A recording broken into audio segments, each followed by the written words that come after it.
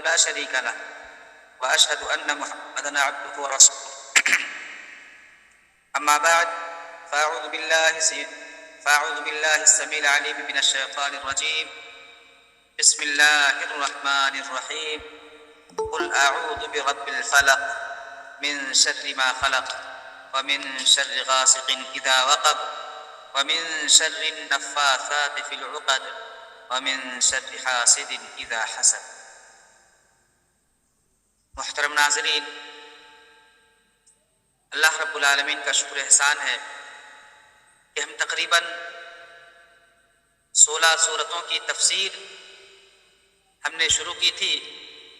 آج انشاءاللہ العزیز اس کا آخری سلسلہ ہے، اس کے بعد ہم کتاب کی طرف رواں دواں ہوں گے۔ اس سے پہلے تقریباً 14 سورتوں کی تفسیر مختصر طور پر ہم پڑھ چکے ہیں۔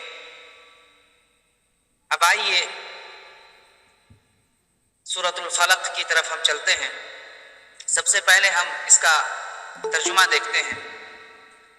قل اعوذ برب الفلق، اے محمد صلی اللہ علیہ وسلم، اے میرے نبی آپ کہہ دیجئے میں صبح کے رب کی پناہ میں آتا ہوں۔ من شر ما خلق، ان تمام مخلوقات کی شر سے جو اس نے پیدا کیا۔ ومن شر غاسق اذا وقب، اور رات کی برائی سے جب اس کی بھیانک تاریکی ہر طرف داخل ہو جائے، چھا جائے۔ ومن شر النفاثات فی العقد، اور ان جادوگر عورتوں سے جو دھاگے پر جادو پڑھ کر پھونکتی ہیں اور گرہ ڈالتی ہیں۔ ومن شر حاسد اذا حسد، اور حاسد کے حسد سے جب وہ اپنا حسد ظاہر کرے۔ یہ سورہ فلق کا ترجمہ ہوا۔ اس کے زمان نزول کے سلسلے میں تو بہت ساری باتیں ہیں، اور پہلے ہی ہم کہہ چکے ہیں کہ ساری تفسیروں کو یا سارے اقوال کو یا تفسیری روایات کو بیان کرنا ناممکن ہے، چونکہ ہم مختصر طور پر یہاں پر تفسیر پڑھنے کے لیے آئے ہیں۔ اس کی آیتیں یا یہ سورہ کب نازل ہوئی؟ تو جب اللہ کے رسول صلی اللہ علیہ وسلم پر جادو کر دیا گیا تھا، جب اللہ کے رسول صلی اللہ علیہ وسلم پر جادو کر دیا گیا تھا، اور لبید بن اعصم منافق نے جادو کیا تھا، جیسا کہ صحیح مسلم میں، اسی طرح سے صحیح بخاری وغیرہ میں اور مسند احمد وغیرہ میں یہ روایت موجود ہے۔ زید بن ارقم رضی اللہ عنہ راوی ہیں، کہتے ہیں کہ جب لبید بن اعصم منافق نے، جو قبیلہ بنو زریق کا تھا اور یہودیوں کا دوست تھا، رسول اللہ صلی اللہ علیہ وسلم پر اس نے جادو کر دیا۔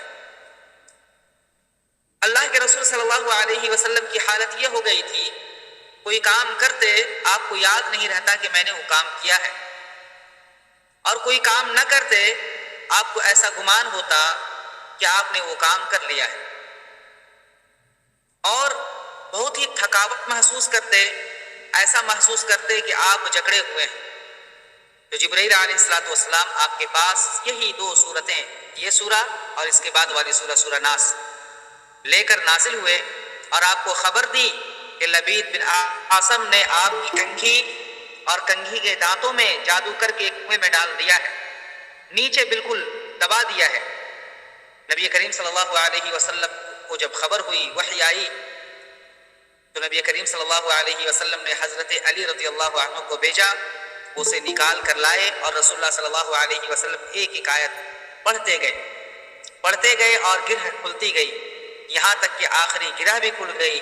اور آپ صلی اللہ علیہ وسلم جب پوری آیتیں پڑھ چکے تو آپ اس طرح نشاط اور اس طرح چستی محسوس کرنے لگے جیسے آپ کا جسم بندھا ہوا تھا، کھول دیا گیا۔ یہ دونوں صورتوں میں ملا کر کے کل 11 آیتیں ہیں، اور اس نے 11 گرہ لگائی تھی، اور اس کے بعد نبی کریم صلی اللہ علیہ وسلم کو شفا مل گئی۔ اسی طرح سے ایک روایت میں یہ بھی ہے، نبی کریم صلی اللہ علیہ وسلم جادو کیا گیا، جبرائیل علیہ الصلوۃ والسلام نے آپ کو خود بھی پھونکا، جس کے کلمات یہ تھے، بسم اللہ ارقیکا من کل شیء یؤذیکا من حاسد وعین اللہ یشفیکا۔ اس طرح کی کچھ روایتیں ہیں کہ میں اللہ کے نام سے آپ کو دم کرتا ہوں ہر اس چیز کی شر سے جو آپ کو تکلیف پہنچا رہی ہے، خواہ وہ حاسد ہو یا اسی طرح سے نظر بد ہو، اللہ رب العالمین آپ کو شفا عطا کرے۔ یہ دعا تھی۔ اس طرح سے اگر کسی کو نظر لگ جائے، کسی پر جادو کر دیا جائے، یا آسیب کا اثر ہو، یا اس طرح سے جھٹکا کہتے ہیں، نظر بد ہو، کوئی بھی چیز ہو، تو اس ان صورتوں کے ذریعے سے یا پھر اس دعا کے ذریعے سے انشاءاللہ اگر دم کیا جائے تو شفا حاصل ہو۔ اس سورہ کی فضیلت کے تعلق سے بہت ساری حدیثیں ہیں، ایک دو حدیث میں آپ کے سامنے رکھتا ہوں۔ نبی کریم صلی اللہ علیہ وسلم نے ابن عابس سے کہا، کیا میں تمہیں سب سے اچھی چیز بتاؤں جس کے ذریعے لوگ پناہ مانگتے ہیں؟ انہوں نے کہا، ہاں اللہ کے رسول، آپ ضرور بتائیے۔ تو آپ نے کہا، قل اعوذ برب الفلق اور قل اعوذ برب الناس، یہ دونوں معوذتین ہیں، یعنی ان دونوں کے ذریعے سے اللہ کی پناہ طلب کی جاتی ہے۔ اسی طرح سے صحیح ترمذی میں اور بحقی میں ابو سعید خدری رضی اللہ عنہ سے روایت ہے، رسول اللہ صلی اللہ علیہ وسلم جنوں اور انسانوں کی نظر سے پناہ مانگتے تھے، جنوں اور انسانوں کی نظر سے پناہ مانگتے تھے شروع سے، لیکن جب آپ پر جادو کیا گیا اور اسی طرح سے یہ دونوں صورتیں سورۃ الفلق اور سورۃ الناس نازل ہوئی تو آپ صلی اللہ علیہ وسلم نے تمام کلمات کو چھوڑ دیا اور انہی کے ذریعے سے پھر پناہ طلب کرنے لگے اور انہی کو اپنا لیا۔ اور اس کے تعلق سے بہت ساری باتیں ہیں، لیکن ہم انشاءاللہ اور کسی وقت پر، بہت ساری چیزوں کو چھوڑ دیا جاتا ہے جان بوجھ کر کے کہ زیادہ لمبی نہ ہو جائے تفسیر۔ اب آئیے، دونوں صورتوں کی مکمل تقریباً مختصر تفسیر ہم پڑھ چکے ہیں۔ اب سورۃ الناس کی تفسیر اور اس کا مختصر ترجمہ ہم دیکھتے ہیں۔ اللہ رب العالمین نے فرمایا، یہ قرآن کریم کی ترتیب کے اعتبار سے آخری سورہ ہے۔ قل اعوذ برب الناس، اے نبی آپ کہہ دیجئے میں انسانوں کے رب کی پناہ میں آتا ہوں، ملک الناس انسانوں کے حقیقی بادشاہ کی پناہ میں، الہ الناس انسانوں کے تنہا معبود کی پناہ میں آتا ہوں، من شر الوسواس الخناس وسوسہ پیدا کرنے والے، چھپ جانے والے یا پیچھے ہٹنے والے شیطان کے شر سے، الذی یوسوس فی صدور الناس جو لوگوں کے سینوں میں وسوسہ پیدا کرتا ہے، وسوسہ ڈالتا ہے، من الجنۃ والناس خواہ وہ انسانوں میں سے ہو یا جنات میں سے۔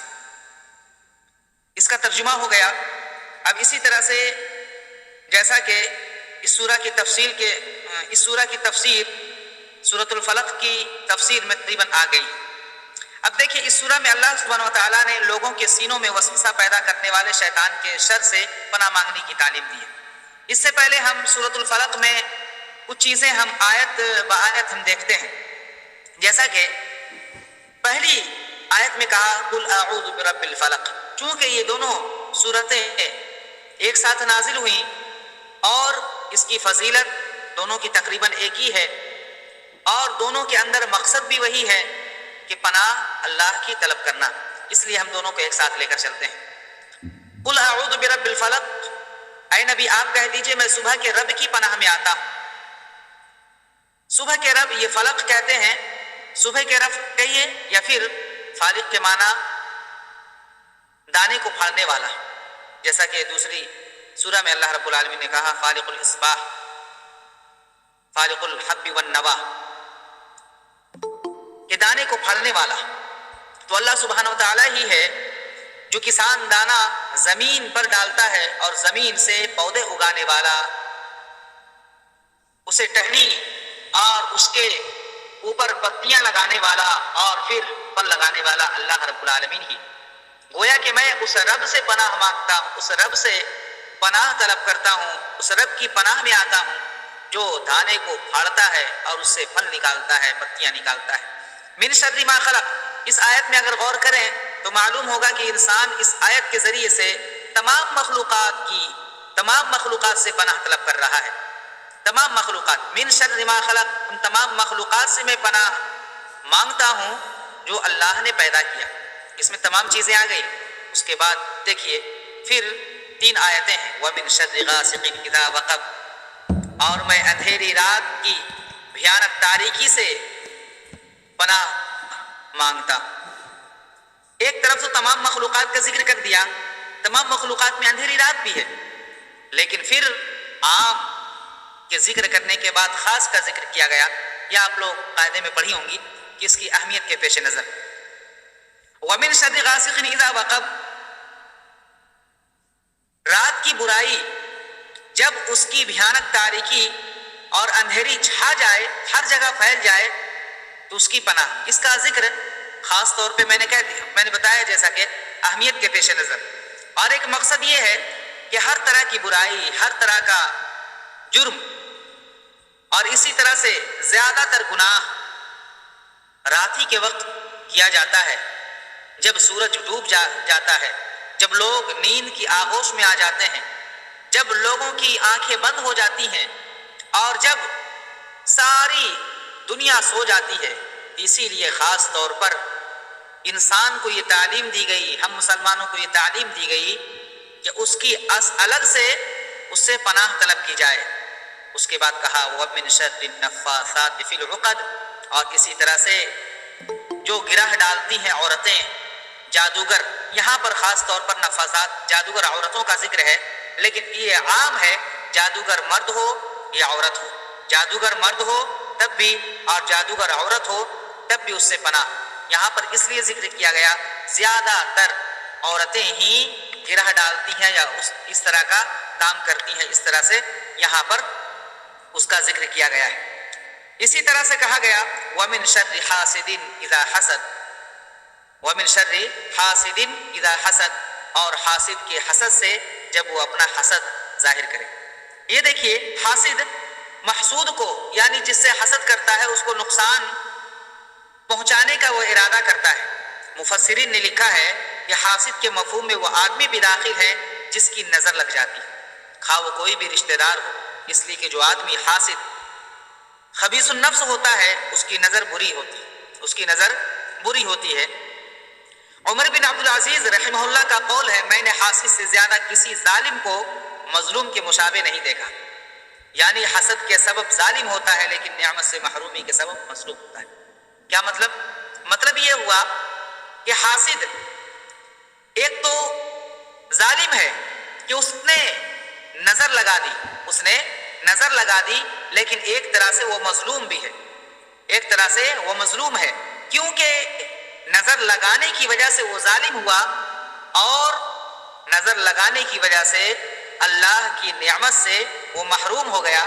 اس لیے محرومی کے سبب وہ گویا کہ مظلوم ہوا. اسی طرح سے اب آگے ہم دیکھتے ہیں قل اعوذ برب الناس، اس کا ترجمہ ہم لوگ دیکھ چکے ہیں. مختصر تفسیر دیکھیے. مختصر تفسیر میں لوگوں کے رب کی پناہ چاہتا ہوں. لوگوں کے رب یعنی اللہ رب العالمین کی.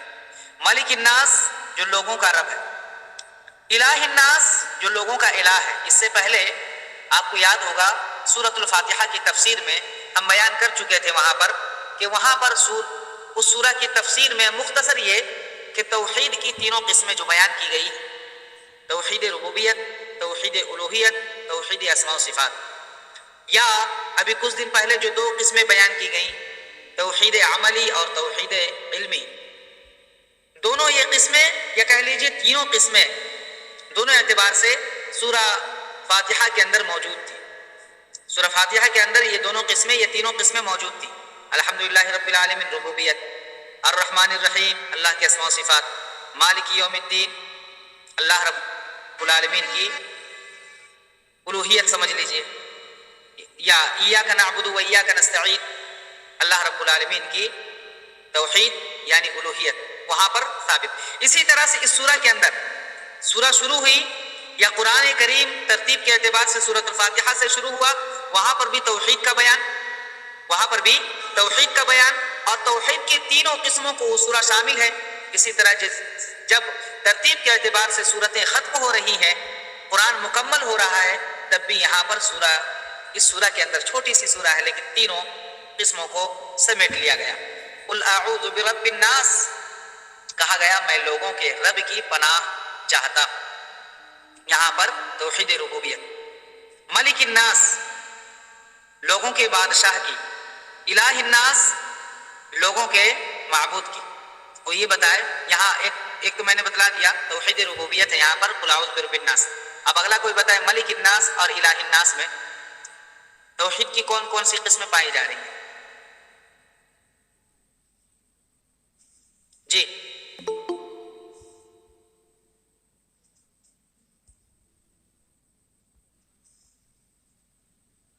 جی بتائیے. ضروری ہے کہ آپ کا جواب صحیح ہو, کوئی دقت کی بات نہیں ہے.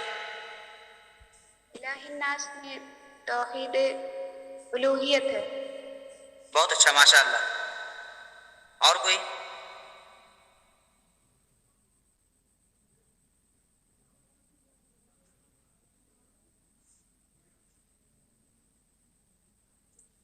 آپ نے بتا دیا توحید الوہیت الہ الناس میں, تو مالک الناس میں کیا بچا؟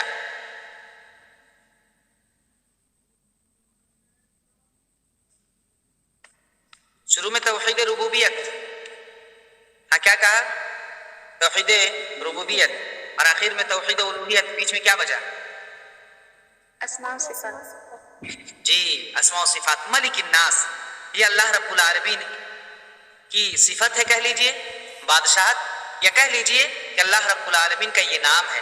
ایک تو خوبی بھی ہو سکتی ہے کہ بادشاہت یہ خوبی ہے, ایک انسان کی صفت ہے, اور ایک یہ کہ اللہ رب العالمین کا نام ہے. عبد الملک سنا ہے نا نام آپ نے؟ عبد المالک اور عبد الملک دونوں نام ہوتا ہے. تو اس طرح سے توحید کی تینوں قسمیں اس چھوٹی سی سورہ میں سما دی گئی ہے, جیسا کہ قرآن کریم کی پہلی سورہ سورۃ الفاتحہ کے اندر ہے. اب اسی سے ہم اور آپ اندازہ لگا سکتے ہیں کہ توحید کی کتنی اہمیت ہے ہماری زندگی میں.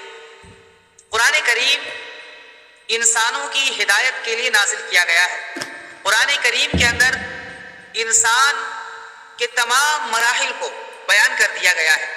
انسان کی زندگی جہاں سے شروع ہوتی ہے اور جہاں تک ختم ہوتی ہے, سمجھ لیجئے یہ قرآن کریم سر چشمہ ہے. قرآن کریم ہدایت کی کتاب ہے. قرآن کریم شفا کی کتاب ہے. قرآن کریم شروع سے آخر تک انسان کو کون سے مراحل آ سکتے ہیں اور کس مرحلے میں اس کا زاویہ نگاہ کیا ہوگا, اس کا سلوک کیا ہوگا, اس کا رویہ کیسا ہوگا, اس کی گفتار کیسی ہوگی, اس کا کردار کیسا ہوگا, یہ تمام چیزیں قرآن کریم نے بیان کر دیا ہے. اب ان تمام چیزوں میں جو چیز سب سے اہم ہے اس کو دونوں طرف, یوں تو قرآن کریم پورا کا پورا توحید کا درس دیتا ہے, لیکن شروع میں اور آخر میں یہ بتا کر اللہ رب العالمین نے یہ مزاج ہمارا بنایا ہے کہ توحید سے کسی طرح کی مصالحت نہیں ہو سکتی. توحید سے کسی طرح کی مصالحت نہیں ہو سکتی, عقیدہ سے کمپرمائز نہیں ہو سکتا.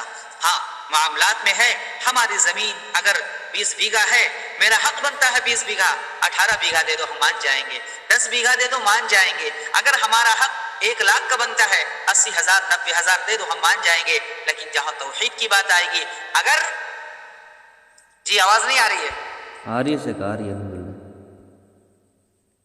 جی تو کسی کے یہاں پرابلم ہے. خیر, تو توحید کی جہاں بات آئے گی, توحید کی ایک بھی بات یا عقیدہ میں کسی طرح کی ہم تبدیلی کو ہم قطعاً برداشت نہیں کریں گے.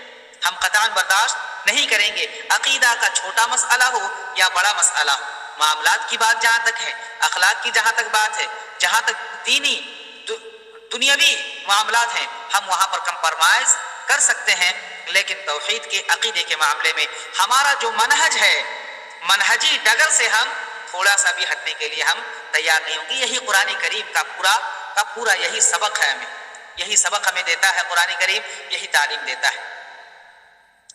من شر الوسواس الخناس یہاں پر کہا گیا ہے شیطان کے وسوسے سے جو چھپ جاتا ہے یا پھر جو پیچھے ہٹتا ہے.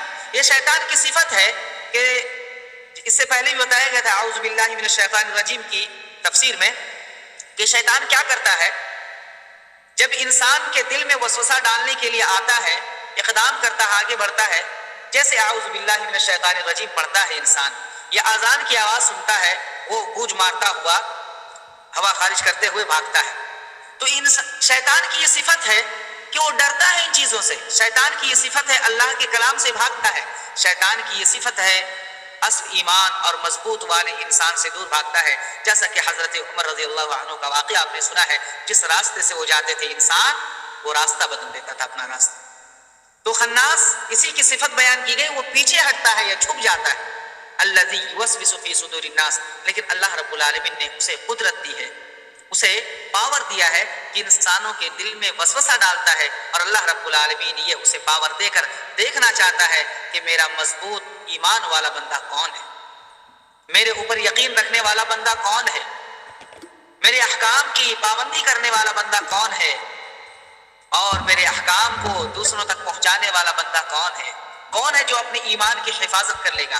یوں تو بیٹھ کر کے کونے میں رہ کر کے اپنے ایمان کی حفاظت, اپنے دین کی حفاظت کوئی بھی کر سکتا ہے, لیکن ہاں کھلے عام جہاں پر دنیاوی زرق برق ہو, دنیا کی رنگینیاں ہوں, ٹمٹماتی ہوئی لائٹیں ہوں, جہاں پر ہر کوئی دنیا کے پیچھے چل رہا ہے, جہاں پر ہر کوئی اپنا دیکھ رہا ہے, وہاں پر میرا بندہ کون ایسا بندہ ہے جو میرے لیے بھی سوچتا ہے, میرا ذکر بھی دل میں رکھتا ہے, جو میرے احکام کو پہنچانے کی کوشش کرتا ہے, جتن کرتا ہے. کون ہے جو پرانی تعلیمات کو, احادیث نبویہ کو دوسروں تک پہنچانے, نشر کرنے کا جذبہ رکھتا ہے. یہ بھی دیکھتا ہے, یہ بھی دیکھا اللہ رب العالمین نے, اللہ رب العالمین نے اسے پاور دے کر یہ دیکھنا چاہا ہے, من الجنۃ والناس. اور دیکھیے آخری آیت میں کہا وہ خواہ انسانوں میں سے ہو یا جنات میں سے ہو. جس طرح سے جنوں میں سے شیاطین ہوتے ہیں, جس طرح سے بہکاتے ہیں, وسوسے ڈالتے ہیں, اسی طرح سے انسانوں میں بھی آج ہمارے یہاں زیادہ شیطان پائے جاتے ہیں. ہم صحیح ڈگر پر چلیں تو ہمیں صحیح ڈگر سے نکالنے والا یا ہٹانے والا انسان ہی ہوتا ہے زیادہ تر. انسان, یہ شیطان انسان کے بھیس میں, انسان کی شکل میں ہمارے پاس آتا ہے اور ہمیں صحیح ڈگر سے چاہتا ہے کہ وہ دوسری ڈگر پر یا دوسری راہ پر چلا دے. اس لیے ہمیں اس سے ہوشیار ہونا چاہیے, ایسے لوگوں سے ہوشیار رہنا چاہیے جو لوگ ہمارے دین پر, ہمارے ایمان پر, ہمارے عقیدے پر اور جو ہمارے منہج پر ڈاکہ ڈالتے ہیں, جو چوری کرنا چاہتے ہیں. وہ ہمارا دنیاوی مال اگر لے جائے تو دنیا کا تھوڑا سا فائدہ ہوگا, اس کا فائدہ ہوگا, ہمارا تھوڑا سا نقصان ہوگا.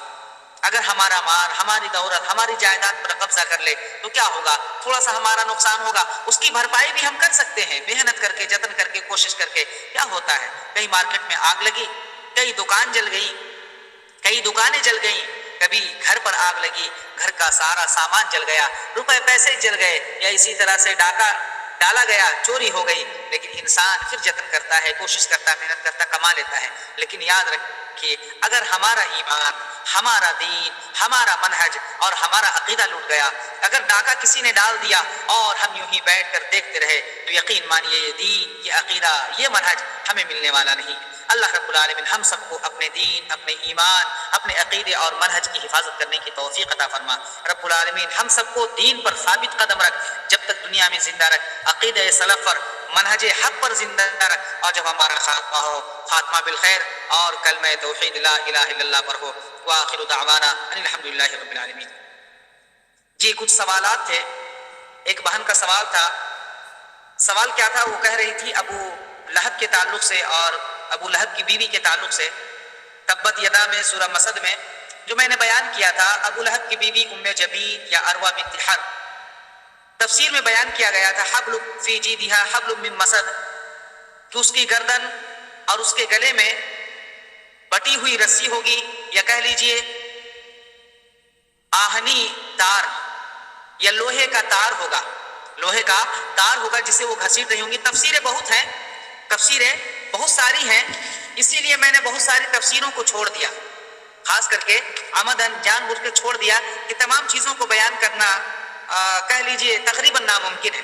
ورنہ ایک سورہ کی تفسیر, کوئی بھی ایک تفسیر, سورہ ناس, سورہ فلق میں بالکل سرسری طور پر ہم لوگ گزرے ہیں, یا سورۃ الاخلاص کہہ لیں, کوئی بھی سورہ, ایک سورہ 1 گھنٹے سے کم میں ہو گئی, اس کی تفسیر ہوگی نہیں. اگر ہم تفصیل سے کرنا چاہیں تو 1 گھنٹہ بھی ناکافی ہوگی. اس لیے تمام چیزوں کو میں نے بیان نہیں کیا ہے. الحمدللہ خوشی اس بات پر ہوئی کہ آپ لوگ مطالعہ کر رہی ہیں.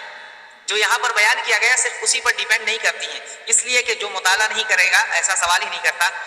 جیسا کہ تفسیر میں کچھ بیان کیا گیا تھا اور انہوں نے کچھ بھیجا ہے, تو ہاں یقیناً وہ تفسیر بھی کی گئی ہے، بہت ساری تفسیریں کی گئی ہیں، تو میں نے کچھ بیان کیا تھا دنیا کے تعلق سے اور آخرت کے تعلق سے. انہی میں سے ضحاک کی تفسیر بیان کی گئی تھی، جیسا کہ یعنی خود اپنی گردن پر وہ رسی باندھ کر لکڑیاں ڈھوتی تھی، یہ بیان کیا گیا تھا، جس کے ذریعے اللہ تعالیٰ نے اس کی گردن گھونٹ دی اور اسے ہلاک کر دیا، یہ بیان کیا گیا تھا.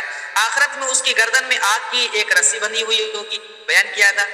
اسی طرح حضرت مجاہد رحمہ اللہ، اسی طرح عروہ بن زبیر وغیرہ کہتے ہیں کہ وہ آگ کی ایک زنجیر ہوگی، وہ آگ کی ایک زنجیر ہوگی جو قیامت کے دن اس کے منہ سے داخل کی جائے گی اور سرین سے نکالی جائے گی. یہ تفسیر ہے. اسی طرح سے سعید ابن المسیب رحمہ اللہ، یہ تابعی ہیں، کہتے ہیں ام جمیل کے پاس ایک قیمتی ہار تھا، اسی کی طرف ان کا اشارہ تھا، ایک بہن کا ایک قیمتی ہار تھا. اس نے کہا کہ لات عزا کی قسم، لات عزا کی قسم، میں اسے ضرور یعنی اس ہار کو محمد کی دشمنی پر خرچ کروں گی، قیامت کے دن اللہ رب العالمین یہ نتیجہ دے گا یا یہ سزا دے گا، اس ہار کے ذریعے سے اسے عذاب دیا جائے گا، اس ہار کے ذریعے سے عذاب دیا جائے گا. اس لیے کہا فی جیدھا حبل من مسد، وہ یعنی اس کی گردن میں جو ہار رہتا تھا اسی کے ذریعے سے عذاب دیا جائے گا. اس طرح کی بہت ساری تفسیریں ہیں اور بہت ساری تفصیل بھی ہے، بہت ساری تفسیریں بھی ہیں. اسی لیے میں نے شروع میں کہہ دیا تھا یہ ہم مختصر تفسیر پڑھ رہے ہیں.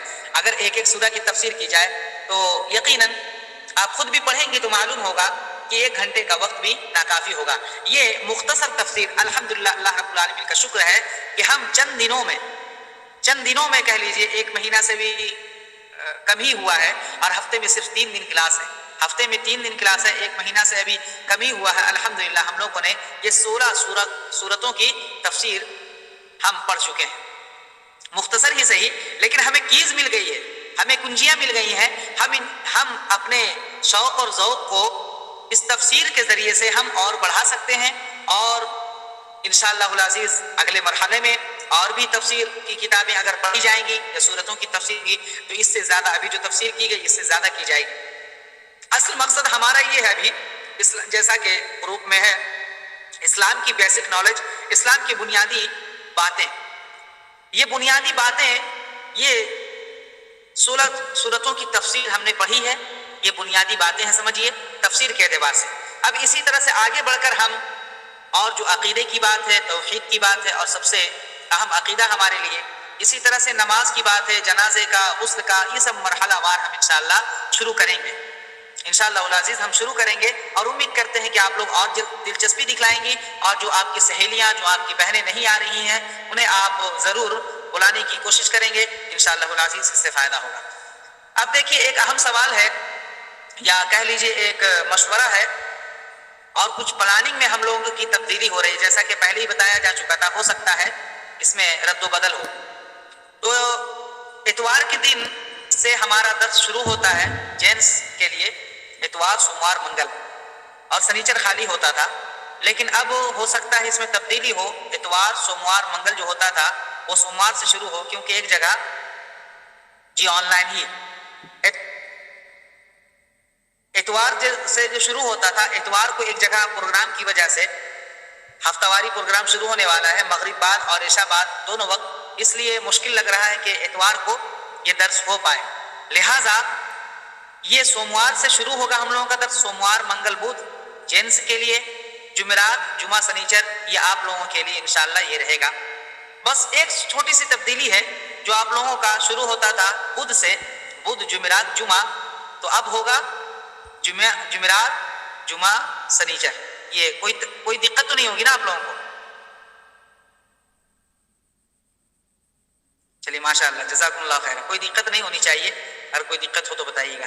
اسی طرح سے اب کل ایک اور، یہ تو الحمدللہ یہی آپ لوگوں سے امید تھی کہ آپ لوگوں کا یاد رکھیے گا، گروپ میں ایسے بھیج دیا جائے گا. بدھ، جمعرات، جمعہ جو ہوتا تھا، جمعرات سے شروع ہوگا، جمعرات، جمعہ، سنیچر یہ 3 دن آپ لوگوں کا ہوگا. اسی میں اور ایک سوال یا آپ لوگوں سے مشورہ ہے کہ آج کا دن الحمدللہ آپ لوگوں کا 3 دن ہو گیا، تو کل خالی ہے، کل چونکہ خالی ہے، اتوار کو پروگرام ہے اور اتوار کو بھی درس، کل خالی ہے، تو کیا آپ لوگ وقت دیں گی کوئی سوال و جواب کے لیے یا کوئی اور چیز کے لیے؟ اگر ہے آپ لوگوں کے پاس وقت تو ٹھیک ہے، ورنہ کوئی بات نہیں، ایک دن خالی رکھا جا سکتا ہے. کل سوال و جواب کا سیشن رکھ دیا جائے؟ چلیے ماشاءاللہ، تو ٹھیک ہے انشاءاللہ کل ہم لوگ اسی وقت 9:30 بجے سے 10 بجے تک ہمارا سیشن چلے گا یہ سوال و جواب کا، جو بھی اس تعلق سے تفسیر کے تعلق سے خصوصاً جو پڑھی گئی چیزیں ہیں اس تعلق سے جو بات ہوگی، یہ کتاب میں آپ لوگ جب مطالعہ کریں گی تو اس میں کوئی چیز اگر آپ کو اشکال لگے، کوئی پرابلم ہو، کوئی آپ لوگ کو مسئلہ پیش آئے تو انشاءاللہ آپ لوگ پوچھ سکتی ہیں خصوصاً اس معاملے میں، اور انشاءاللہ میں امید کرتا ہوں کہ آئندہ جو کتاب پڑھی جائے گی اور جو مسائل پڑھے جائیں گے وہ تمام سوالوں کے جوابات انشاءاللہ آپ کو مل جائیں گے۔ ٹھیک ہے، پھر انشاءاللہ ہم لوگ کل ملیں گے اسی وقت، دھیان رکھیے گا، اور کوئی زور زبردستی نہیں ہے کل انشاءاللہ۔ امید کرتے ہیں کہ جو لوگ جو ہماری مائیں اور بہنیں جو جذبہ رکھتی ہیں، جو شوق رکھتی ہیں، انشاءاللہ کل اس وقت حاضر ہوں گی۔ اللہ رب العالمین ہم سب کو اپنے حفظ و امان میں رکھے اور ہم سب کو دین دنیا دونوں کی بھلائی عطا فرمائے، آمین یا رب العالمین۔ وصلی اللہ علی خیر خلقہ محمد صلی اللہ علیہ وسلم۔ السلام علیکم ورحمۃ اللہ وبرکاتہ۔